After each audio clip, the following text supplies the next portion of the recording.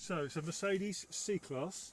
The usual problem, which does eventually happen, the seat starts twisting because there's a breakage underneath. I will demonstrate.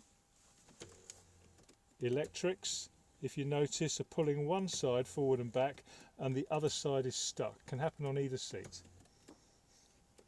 So we're going to fix this in a very quick and easy fix. Job one, take the cover off. To get access underneath, you will need a T30. It's held on by clamps. One here with the T30 screw that goes through underneath. Snap the other side, and there they are. I've taken one off, the other one's hanging down, and here we go. This now just lifts straight out to expose the problem. Pull, and there you are. That's your seat base off. And here we are. So what you've got the motor, which is here. You've got a drive shaft that runs across to this side of the seat and a shorter drive shaft that runs to the other side. So again, if I just show you the twisting action, can you see? It's twisting and it's not doing what it should do. And what happens is that the drive shaft on the short one, if you like, snaps. So what happens is, if you watch my finger, if you watch underneath, I'll try and show you it broken. There you are.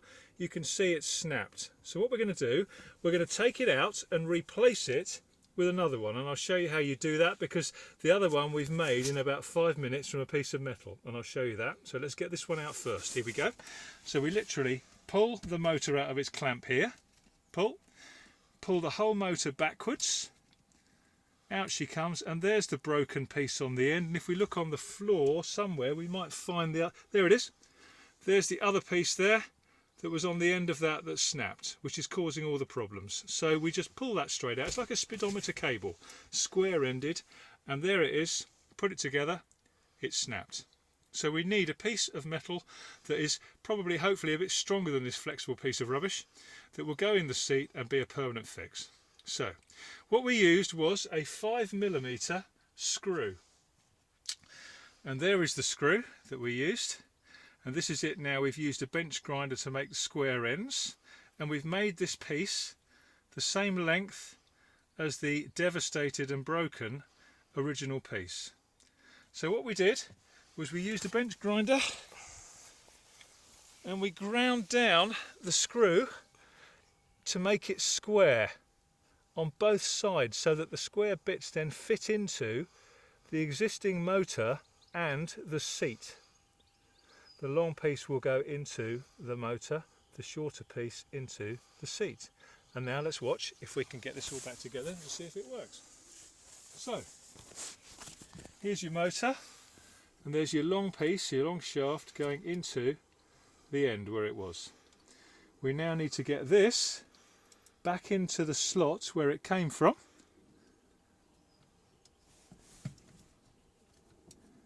Which is there.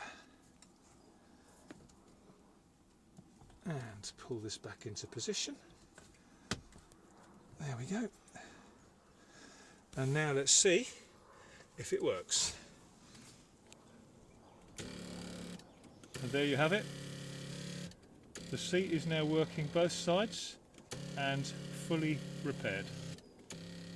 Now the thing is that this piece of rod we've used is far stronger than this flexible thing, which is liable to break, which you will buy from the dealership.